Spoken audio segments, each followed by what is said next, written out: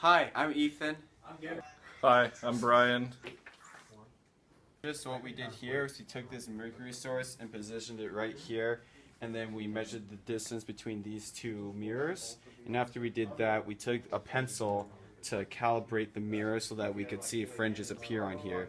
And after we did that, we adjusted the fringes so that what would happen is that we could see circular fringes appear on the mercury light source. But one thing that's important to note is that these two mirrors have to be a slightly different distance from each other, about give or take 3 millimeters, in order to see the circular fringe pattern.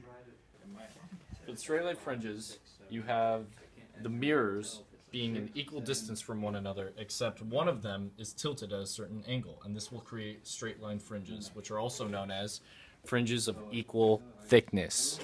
So if you increase the distance of mirror 1, you will get curvature in one direction.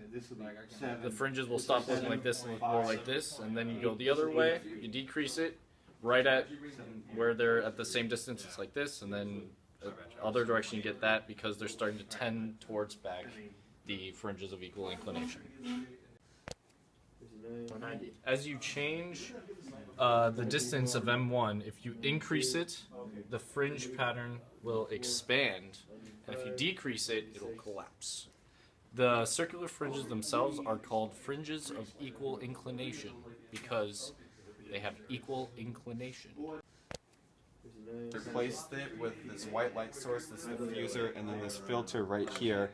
And then what we did is we rotated we moved the first mirror, until we started seeing fringes appear on here.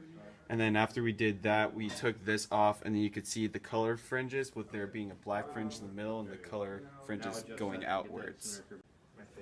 Oh, yes.